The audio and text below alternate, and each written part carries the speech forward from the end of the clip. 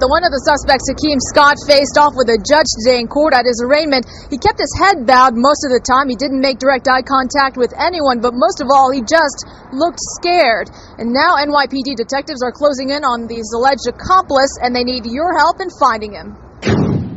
Today, one of the suspects, Hakeem Scott, was arraigned and remanded.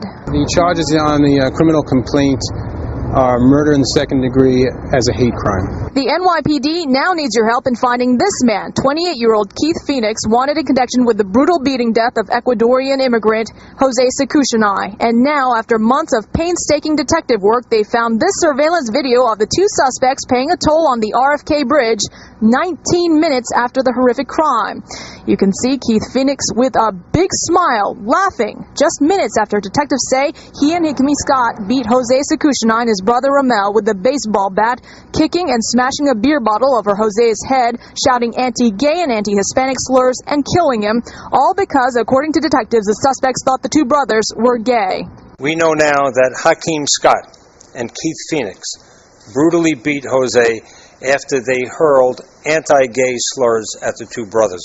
Investigators say the brothers were walking arm in arm to stay warm on that cold December night, and while police are closing in on Keith Phoenix, his alleged accomplice Hakeem Scott has been arrested and apparently has confessed. He told detectives that news accounts of the two brothers had troubled him, and that he was glad to finally get it off his chest. From that brutal beating, somehow Ramel was able to escape. His brother Jose was not so lucky. He died in the hospital almost a week later as his mother was flying in from Ecuador to see her son. She never got the chance to say goodbye. And if you know anything about Keith Phoenix, please call Crime Stoppers. That toll-free hotline is 1-800-577-TIPS. There is a $22,000 reward for any information leading to his arrest. Keith Phoenix, the man seen laughing in this surveillance video just 19 minutes after allegedly beating an Ecuadorian immigrant, has been nabbed by detectives who got a tip last night from a friend of the accused murderer. Keith Phoenix was apprehended in the apartment of an elderly woman in Yonkers. He has made a full confession.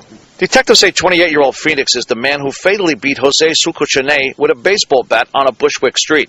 25-year-old Hakeem Scott is also charged in a hate-filled attack on Jose and his brother Ramel, who was simply walking home arm in arm. Today, through their lawyer, they thanked the NYPD. It's very painful for them.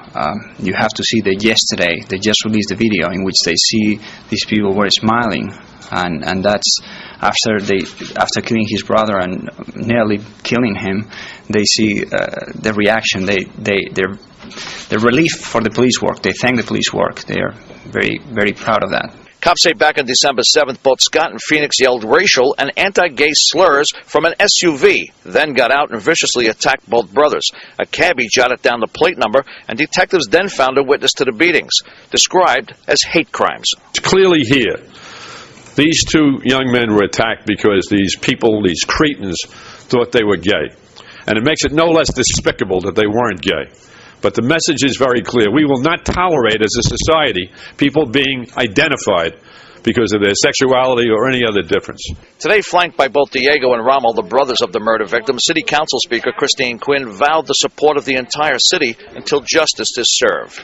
In the face of a horribly hateful and cowardice acts, you and your family have stood up with dignity and grace and been a testament to the diversity that makes our city great. The city is planning to name a street after the murdered victim in Brooklyn.